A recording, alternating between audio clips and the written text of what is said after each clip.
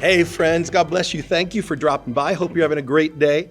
Pray that your day is filled with purpose and a sense of the presence of God. Amen. God is real. He knows your name. He knows what's going on in your life. And if it's going well or not going well, He's got a plan that He's working out for your good.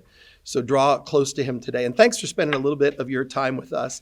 I am so excited to have mi hermano, This is true. my brother, a man who very literally is making a mark in this generation, making an incredible difference. My brother, Sammy Rodriguez. This is my brother, truly. Over 2 decades running together. At least. Yeah, at least like 25 years. Yeah. And what God has done with you.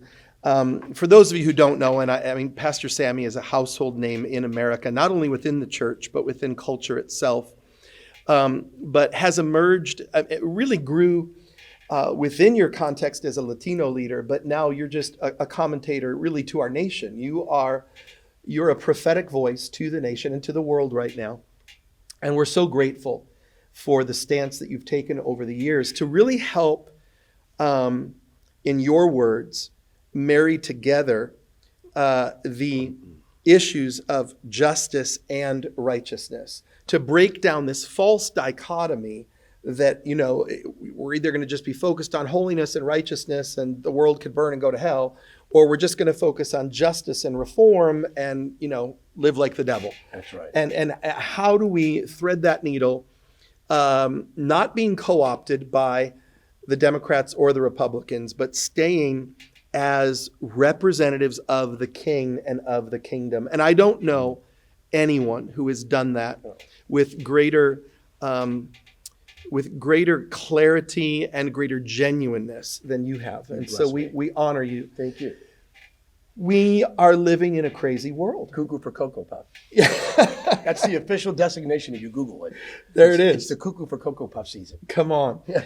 And yet in the midst of that, God's at work. You know, I said Psalm 2, he who sits on the throne laughs. You know, God says, I've got this. From your vantage point, go wherever you want to take us.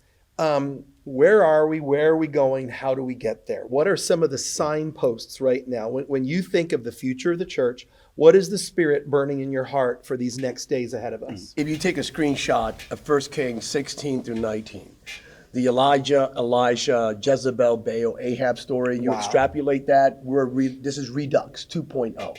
This is what we're going through right now. It was a time of great angst, consternation, you name it, moral relativism, cultural decadence.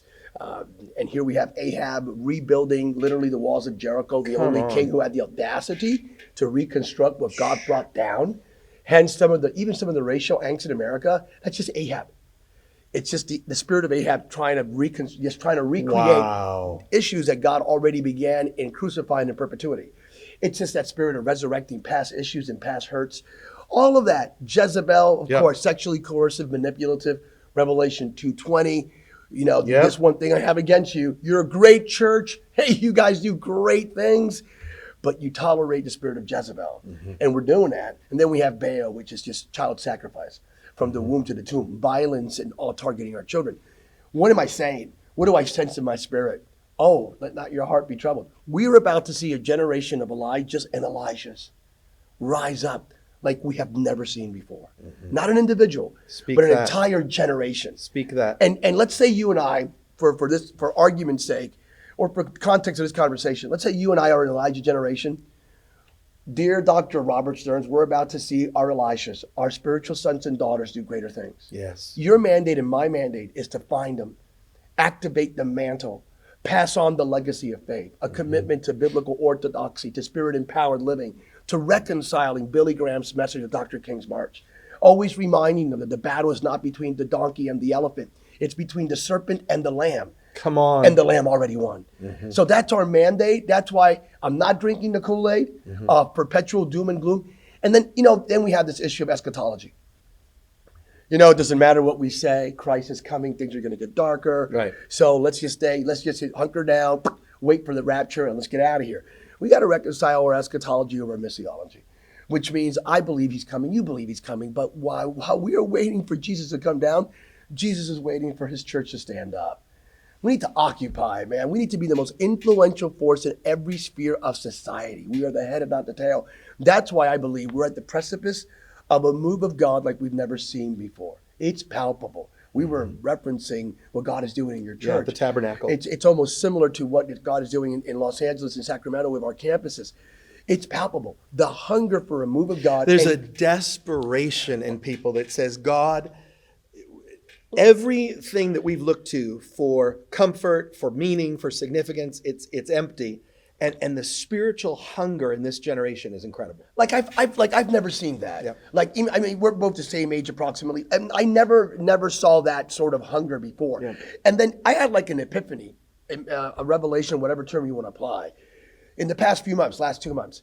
And it's basically that the Holy Spirit spoke to me, to Sam, and talked to me about a massage, going to a masseuse versus going to a chiropractor. And the Spirit of God just hit me and said, hey, Sam, as a preacher, and I get it, as pastors on occasion, and we do. It's not, we do give massage messages. Wow, come on. I mean, and we don't do it with any negative intentionality. We just want you to feel good. And the Holy Spirit hit me and said, that's fine and all, but that's not what my children need. They need to go to a chiropractor, not a masseuse. Alignment. It's about alignment and putting things in order, not making you feel good. So once you hear that, it's uncomfortable. Which sometimes hurts. Oh, it does hurt. Yep. I went to a chiropractor for the first time in my life because I was skeptical of chiropractic. I'm a faith and science guy. I'm a Trekkie. I used to think chiropractors were fake. Fake. You get your degree from Google. You just print it out from Apple. Like some people get their ordination. Yes. Whoa! From the Sally Struthers Institute of Plumbing Engineering and home. And so it's like, I'm not going to go to, and I finally went to one. And this lady, she took like my toe, put it in my ear, and I'm going like, who does that? And it was wild, dude. Yeah. And then she went like, look this way, go this way, and all I heard was, and so help me. I had a pulled nerve from exercising. Wow. I walked out. And your wife's prayers were answered. And they were answered. Yes, indeed. I walked out in my dizziness that I had because of a pulled nerve. I had a C5, C67 pulled nerve. It was gone. Mm-hmm. And I went like, this fake doctor actually works. Mm-hmm. And that's when the Spirit of God hit me and said, you needed an alignment, an adjustment, and all you were looking for was something that made you feel good. That's what my children need right now, an alignment. Order precedes overflow. The past 2 years and a half have been a moment where the church, God, the Holy Spirit is just putting things in order in the church.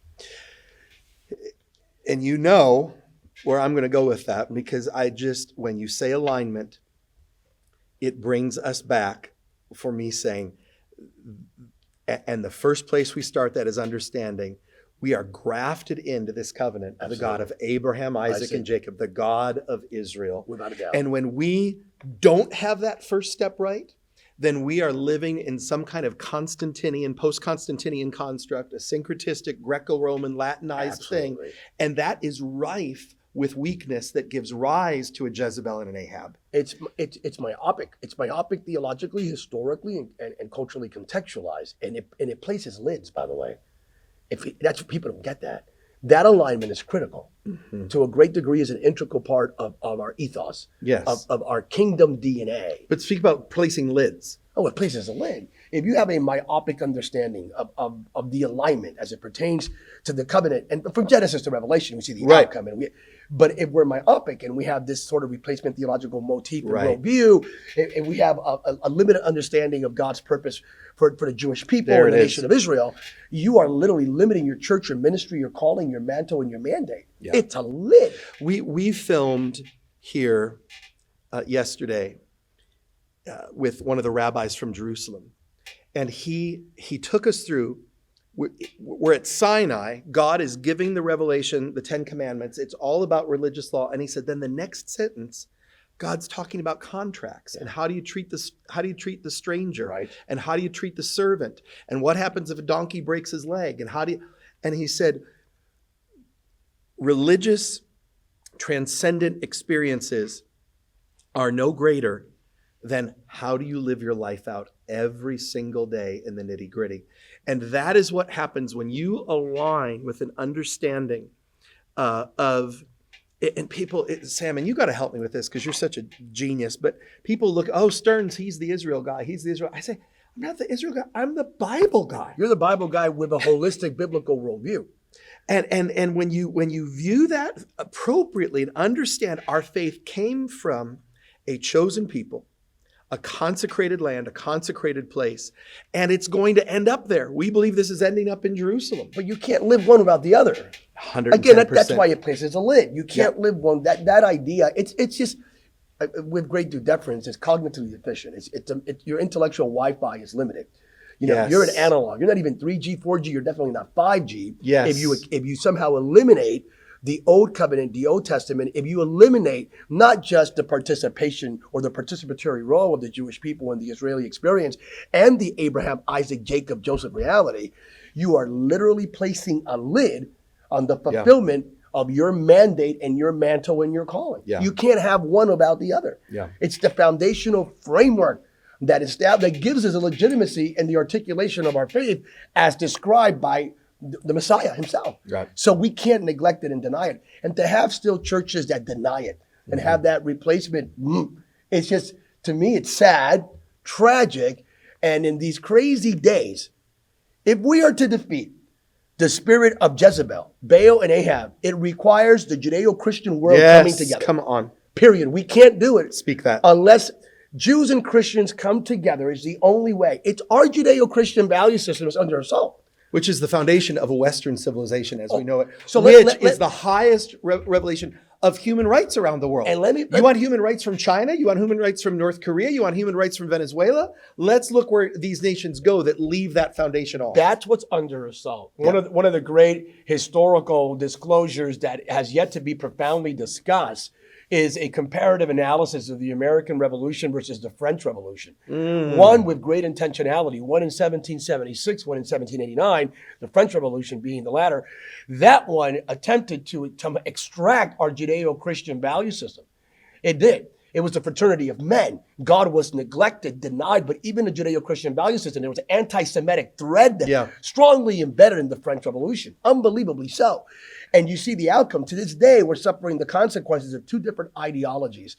We must be cognizant of the fact that the assault right now from these spiritual manifestations through ideologies and constructs and teachings, it requires the Jewish world and the Christian world coming together with mutual respect as one continual narrative of faith, that monotheistic, beautiful narrative of faith that began in Genesis, that wraps up in Revelation. If we do this, we will build a firewall and we will protect our children. Otherwise, it will be the China sort of ideology. I'm not going to get banned from China now. It'll be the Chinese ideology and others that are that totalitarian, atheistic, agnostic, anti-God, anti-Judeo-Christian value system that will reign supreme in the 21st century.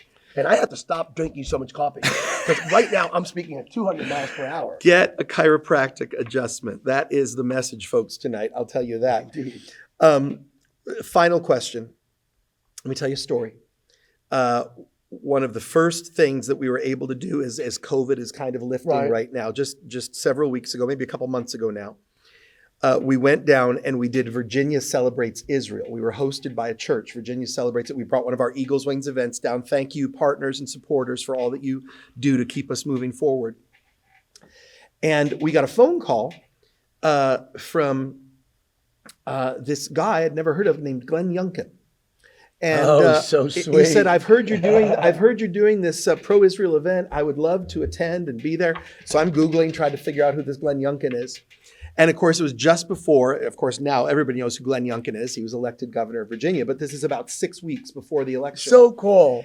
And I said, well, sir, thank you for reaching out, but this is not a political event. And he said, I'm not coming as a political candidate. I'm coming as a Christian, and I want to stand with and bless Israel.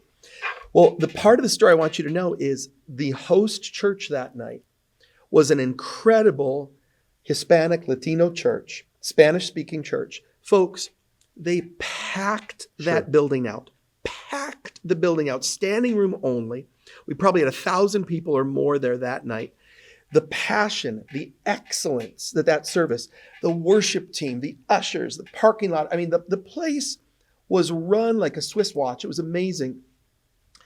And candidate Youngkin came. His wife was with him. And the night was incredible. And I walked away from that night, and here's what I said. I said, you know what? I am guilty of not recognizing the Latino church in America is coming to the forefront. It is absolutely coming. There is a revival and there is leadership within the Latino church across America that is so encouraging right now and gives us such a sense of encouragement. You have been at the very forefront of this. And then a few weeks later, we went to Boston. We were with Pastor Miranda in Boston. And León de la tribu de Judá. Yeah. Exactly. We had an incredible time in Boston with the church there. Talk to us a little bit, because we, white Anglo-Saxon Protestants, have got to adjust our understanding, the mantle of leadership in this nation, and not only on the Latino community, but certainly to a significant degree, the Latino community is rising up in a powerful and wonderful way. Talk about that and how we can participate and cooperate in that even more. It's a wonderful demographic, and thriving and flourishing by the grace of God. It's the fastest growing Christian demographic in America, according to Pew, Gallup, and Barna. In the past few weeks, the Wall Street Journal and others have done some in-depth studies, even regarding some of the political, cultural implications here. It's an independent voting electorate that has a strong pro-life ethos. We're the most pro-life community in America.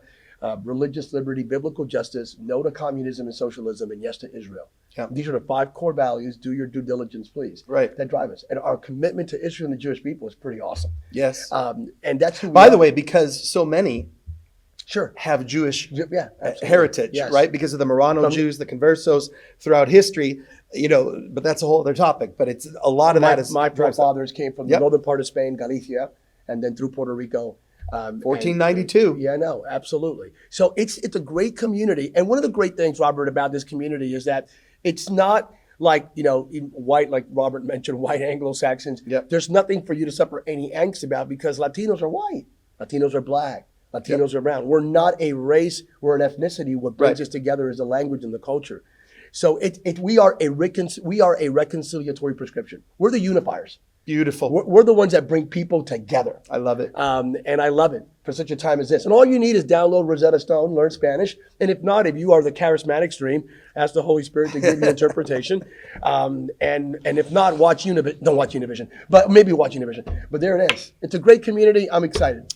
Pastor Sam, how do people follow along with you? You're one of the great thinkers, one of the great leaders. Give us your social media. How do they connect with you? PastorSam.com is a website. You can follow me on Instagram, Pastor Sammy Rodriguez, Facebook, Reverend Samuel Rodriguez, watches on television, different programs, TBN, Daystar, on Fox News, repeatedly. And just, let's see what God is doing. And watch our movies when they come out. We did Breakthrough the movie. Yep.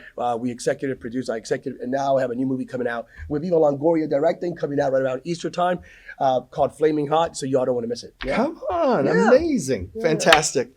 Folks, I'm telling you, God is working in his world. God is working in his kingdom. And God is raising up for such a time as this an amazing family to make a difference. I love this Elisha prescription for the times that we are in. Thank you for dropping by. Keep in close touch. And remember, keep praying for the peace of Jerusalem.